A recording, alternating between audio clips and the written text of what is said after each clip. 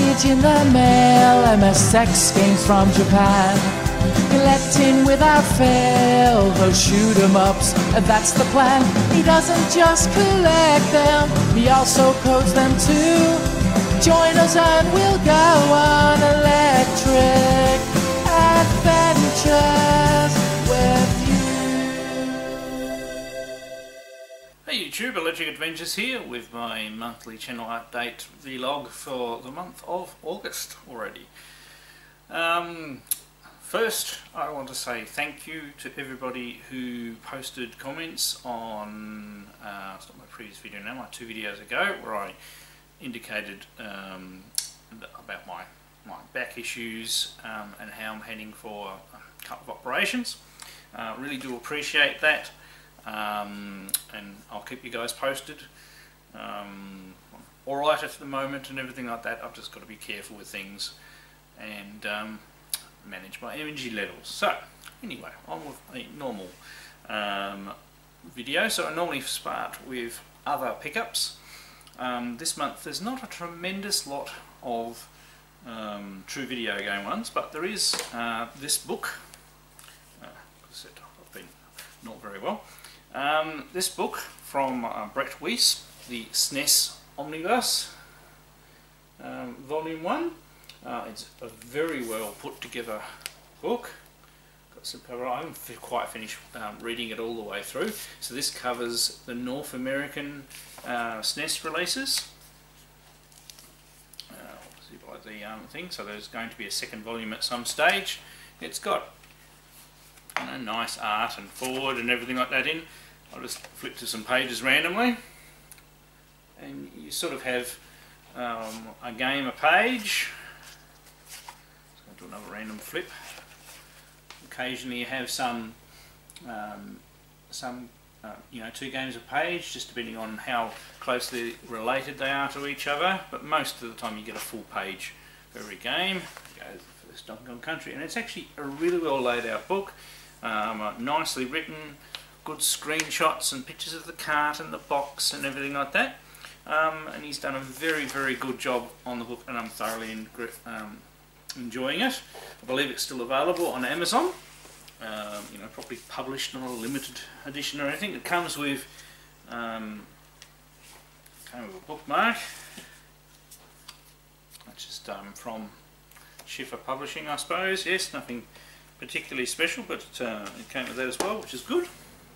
And thoroughly enjoying it. So, highly recommend that one if you're into the Super Nintendo. I mean, I do have the other like Super Famicom book that came out a while back. I like that one as well. So this sort of covers 2 of the regions, and I suppose at some stage, you know, maybe somebody will do a book on the Power ones. So I don't mind the Super Nintendo as a console. I've actually had one, a Power one, since new. I've never had very many games for it. I'm looking there directly behind the camera.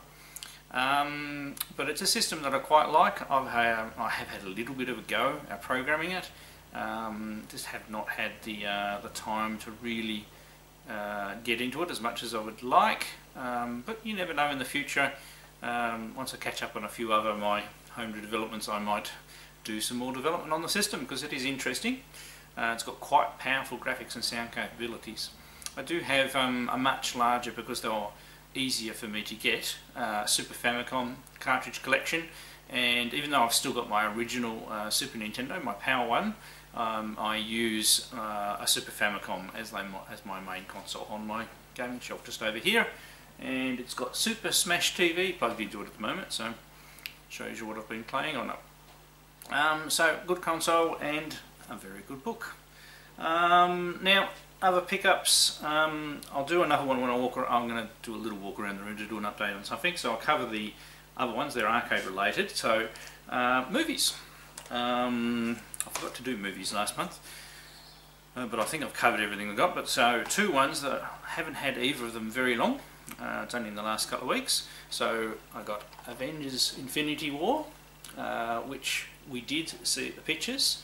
Thoroughly enjoyed it at the pictures. I was worried when this movie was coming out that it would be a mess because of the number of characters that are in it.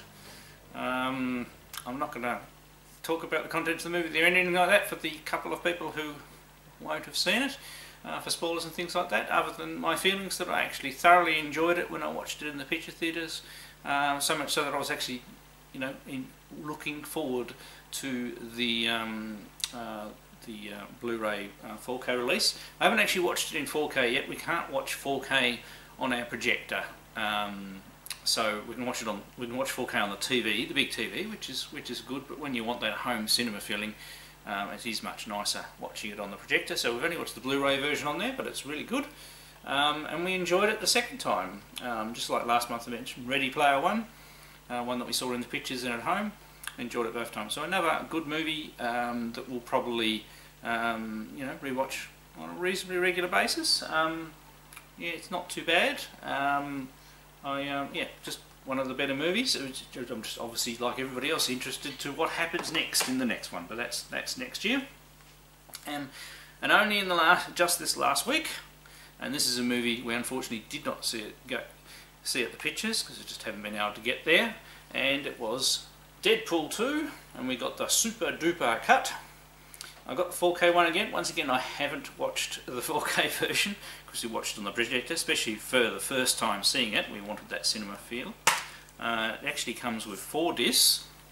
So you've got the 4K original theatrical cut, and then you've got the super duper version, which is like 15 minutes longer. And then you have the same thing for Blu-rays. So we've pretty much just watched the super duper cut of the Blu-ray, and I can probably pick a couple of bits in it that were the bits that they maybe cut out for the theatre to, because you could notice slightly different pacing. But from a first watch of that's the first version we saw, absolutely thoroughly enjoyed it. It's not just a mishmash of the first one. Yeah, you know, more of the same. It has enough points of difference to make it its own movie, and a quite enjoyable movie as well. We all thoroughly enjoyed it, and we'll more than likely be watching that one again as well. So yeah, just the nail that whole Deadpool, you know, the first Deadpool movie, the second Deadpool movie. They just nail that area of humour and everything like that, and made it thoroughly enjoyable. So. Sorry, checking my notes, make sure I haven't missed any other pickups. So that was it for the movies for the month. I'm looking forward to next month. Solo comes out on Blu-ray. Haven't seen Ant-Man at the pictures, and it's probably just about to Ant-Man and the Wasp at the pictures. It's probably just about to finish, so that might be an October release or something like that. Looking forward to that one. I really wanted to see that one. Yeah, not too bad on the movie side. So. Alright, what I'll do, I'm going to do the rest of the video from behind the camera, and because I need to show you a couple of things in the game room, and yeah, we'll continue in a sec. Okay, behind the camera, I think I've mentioned this in another video for those watching my arcade series, but this is my original vertical cabinet that I've had for some time. I haven't been using it much lately because the monitor was all smeared as far as the thing. I knew I had to get the driver board refurbished. Well, that's come back and it looks fantastic. And so now, and I said I've got a 61 multi in here, but I can play into my vertical shooters in here, as long as I don't use any more than 2 buttons. It's got quite a nice old original fairly sloppy controller, which is really good for shooters. Before I got my sit down cocktail with Space Pilot on it, I used to play Time Pilot on the 61 here a lot. Although it's amazing, once you have the proper arcade version, you notice how much the sound is messed up in these 61s with that game. But really happy with it. As you can see, it's the obviously the menu screams crap, but the actual gameplay. Let's just do something like, you know, it's much clearer.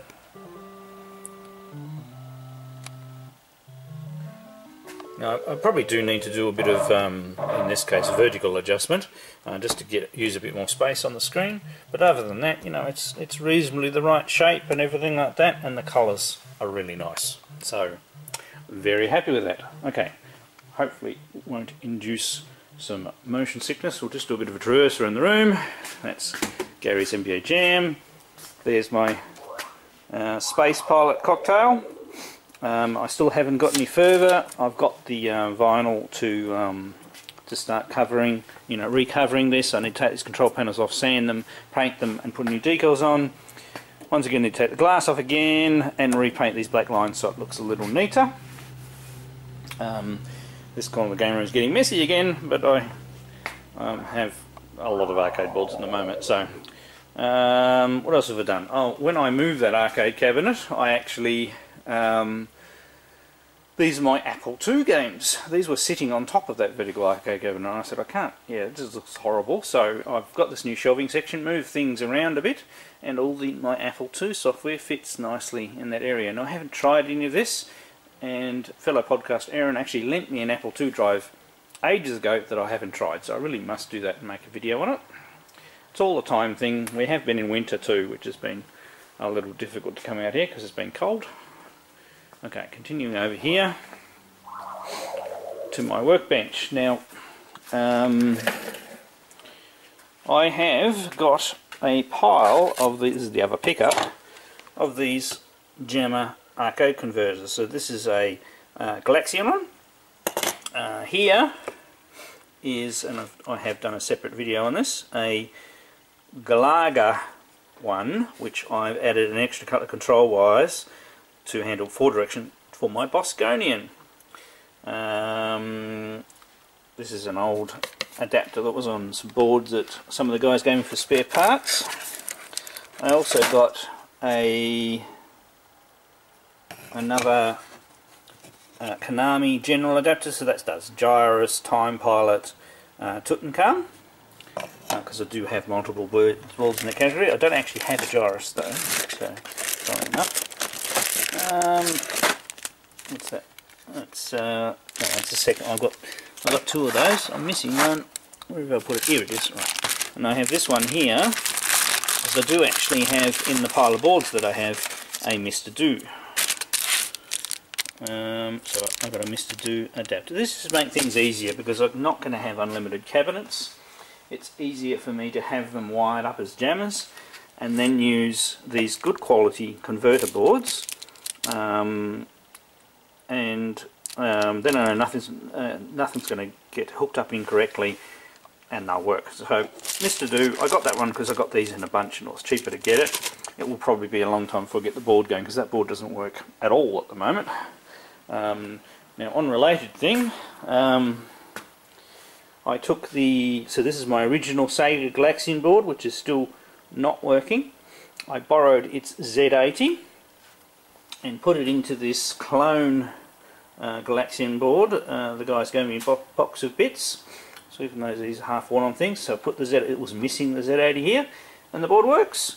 Now the game does play at a faster rate. In other words, the alien's attack speed is actually quite fast, but that may actually be this ROM set. One thing I'm going to try this weekend, I'm actually going to grab the ROM board off this original one and put it on here and to see if that makes any difference.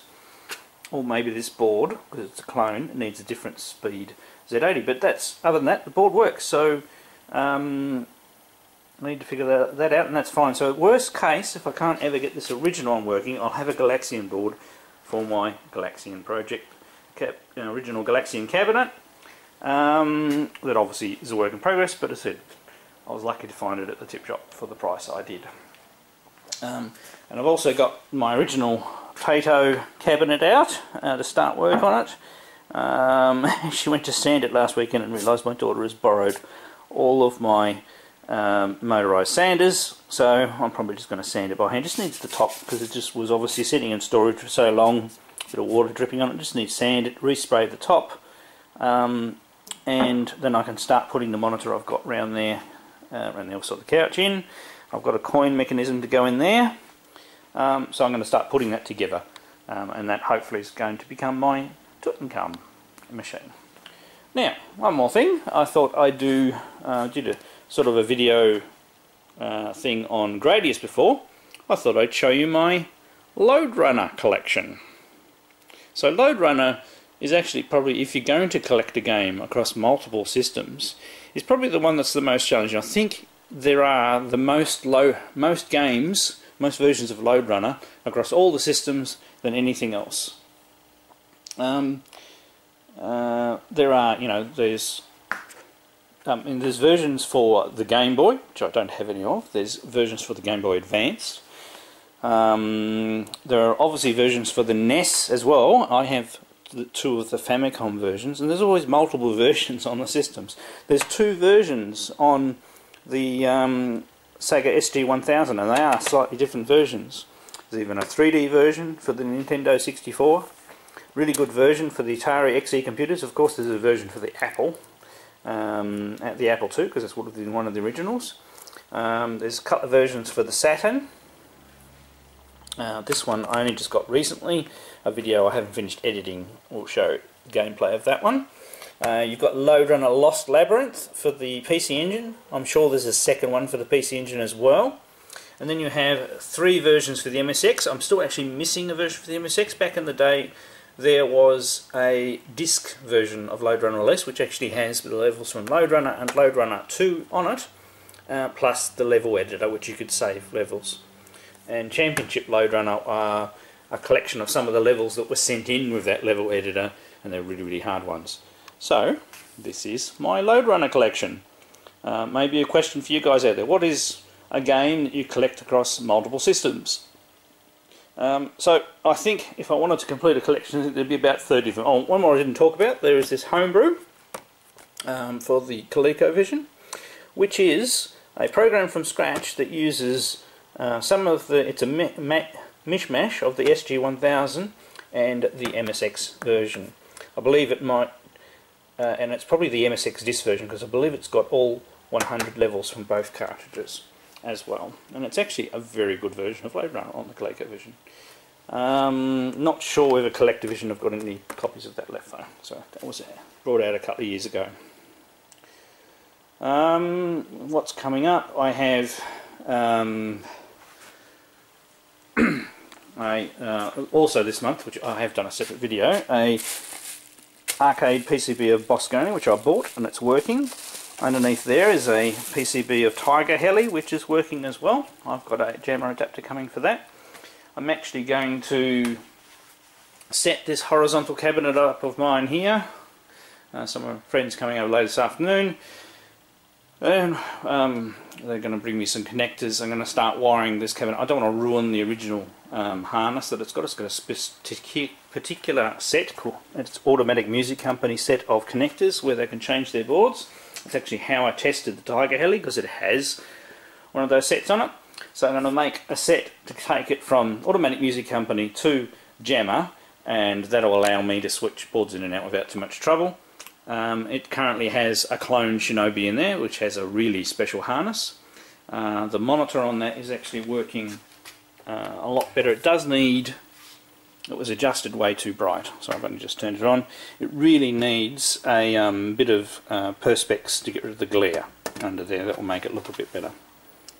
And my actual Shinobi board doesn't do sound all the time. Probably I'll turn it on now, and probably in about 15 minutes the sound will start. So I think that's about all. Yes, I'm still focusing on arcades a little bit, but I love my arcades. I obviously won't. Gary will come get his NBA Jam at some stage. And you never know, I could always fit one more smaller one in there. We'll see what happens. Alright, I hope everybody out there is well and enjoying their gaming. I'm Electric Adventures. Thanks to all my subscribers. Thanks for watching, and I'll catch you next time.